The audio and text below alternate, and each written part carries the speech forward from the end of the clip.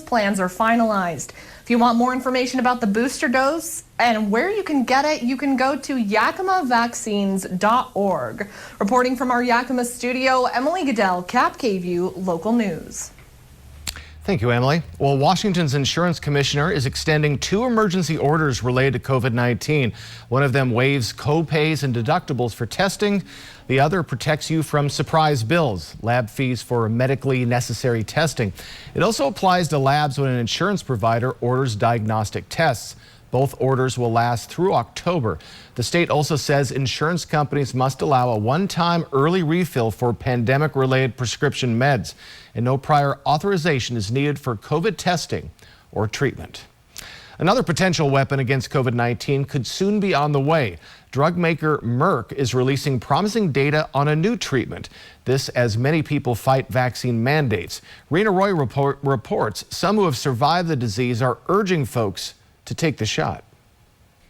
It's an antiviral drug so promising, its maker Merck halted final clinical trials early in consultation with the FDA. This is the first oral antiviral that will be available to combat COVID-19. The pharmaceutical company releasing new data about molnupiravir, which cut the risk of hospitalization or death in half in those trials. It actually inserts into the RNA of the virus and stops it from working. And that really is the magic of how this works. The drug maker says the prescription pill even appears to work against variants, and they'll soon be taking it to the FDA for emergency use authorization.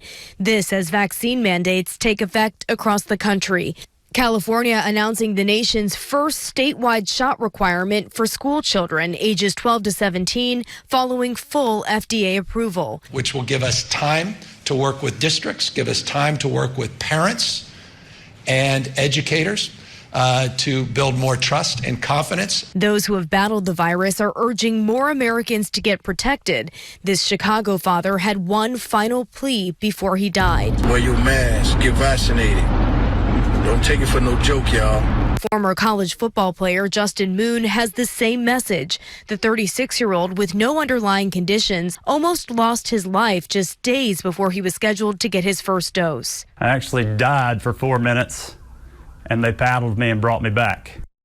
Now, there is some positive news. The U.S. is seeing its first notable decline in the COVID infection rate in more than 3 months, with hospitalizations down by more than 29,000 patients in recent weeks, and the daily case average also down by 33% in the last month. Rena Roy, ABC News, New York. Thank you so much. We're going to move over to Washington, D.C., where Democrats in the White House are still at it, pushing major elements of President Biden's domestic agenda closer to reality. The Dems sought a comprehensive today between the party's progressives and moderates after a frantic Thursday of unsuccessful negotiations. Here's Karen Caifa. A flurry of negotiations did not result in a vote on a massive infrastructure proposal Thursday. So Democrats continued discussions among themselves on Friday, signaling optimism. I am optimistic that we will continue to make progress as we made yesterday. But not yet bridging the party's gap. House progressives holding firm. They vow they won't vote for a $1 trillion infrastructure bill unless separate legislation that encompasses Biden administration priorities on the social safety net and climate change passes. I want to make sure that there are no delays, that there are no mix-ups, that there are no mixed understandings about what the deal is. A $2.1 trillion compromise plan on that larger legislation was circulated Thursday night. It won't pass the Senate without moderate Democrats Kyrsten Sinema of Arizona and Joe Manchin of West Virginia, who says his number is $1.5 trillion. The White House has actively worked to sway the two senators. We feel we've made some progress. Those discussions have continued today, and they're continuing as we speak. The president traveling to Capitol Hill Friday afternoon in an effort to bring the caucus together. What we're working toward is unifying a path to get both of these packages done. But some congressional Democrats say things need to be settled among themselves, not necessarily with President Biden. A lot of this negotiation has to do with our business here in the House and the Senate. With internal Democratic negotiations ongoing, they have another important task on the horizon, one that will likely need bipartisan help, raising the nation's debt ceiling by October 18th. In Washington, Karen Caifa, Cap KVUE Local News.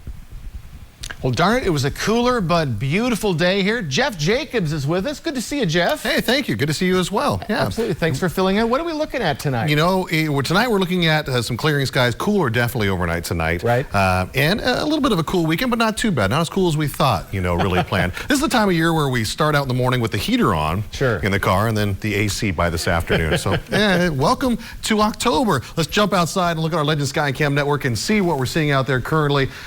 Blue sky and some beautiful conditions, and it's so crazy to stop and think of how fast this year has gone by already. October 1st. Our conditions outside, not too bad. Tri-Cities is 69 degrees, just below that 70-degree mark, and a little light wind out of the north at 8 miles per hour. Yakima coming in at 68 degrees, a light little breeze there as well. Yeah, stay close. We're going to let you know exactly what is in store for this weekend. I just might have some really good news for you. Thank you so much, Jeff. Well, now to new details in the investigation into the relationship between Gabby Petito and Brian Laundrie as the search for Laundrie continues. New body camera video shows a different side of the August altercation between the couple. All of this as the FBI returns to the Laundrie home in Florida to gather more clues. The latest tonight from ABC's Morgan Norwood. We're getting another look at the August 12th traffic stop by Moab, Utah police involving Gabby Petito and Brian Laundrie. This is from a second police officer's body camera. Is there something on your cheek here? Looks like, did you get hit in the face? In this video, officers noticing bruises on Petito's body, pressing her on how they happened. Did he hit you though? I mean, it's okay if you're saying you hit him, and then I understand if he hit you, but we want to know the truth if he actually hit you. Because, I guess, yeah. Petito backtracked and said Brian grabbed her, then saying she was the one who struck first. Well, he grabbed me with his nail. Officers classifying that incident as a mental/emotional health break by Petito and not a domestic dispute, deciding instead not to press charges against Petito if the couple agreed to separate for the night. Meanwhile, Laundrie has been missing for nearly 2 weeks after returning from a cross-country trip without Petito, who was later found dead in Wyoming. Can you tell us why you were at the Laundrie house?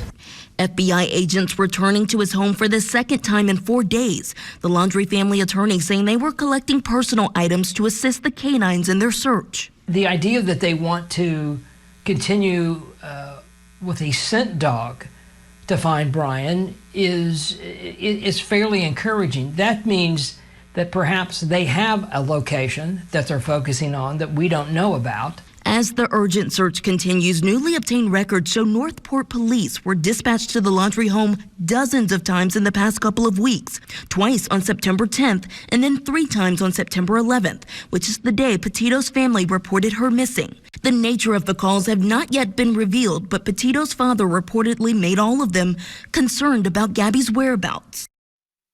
And back to that body camera video, the city of Moab has launched an independent investigation into how the police department handled that traffic stop. Meanwhile, Gabby Petito's cause of death is unknown.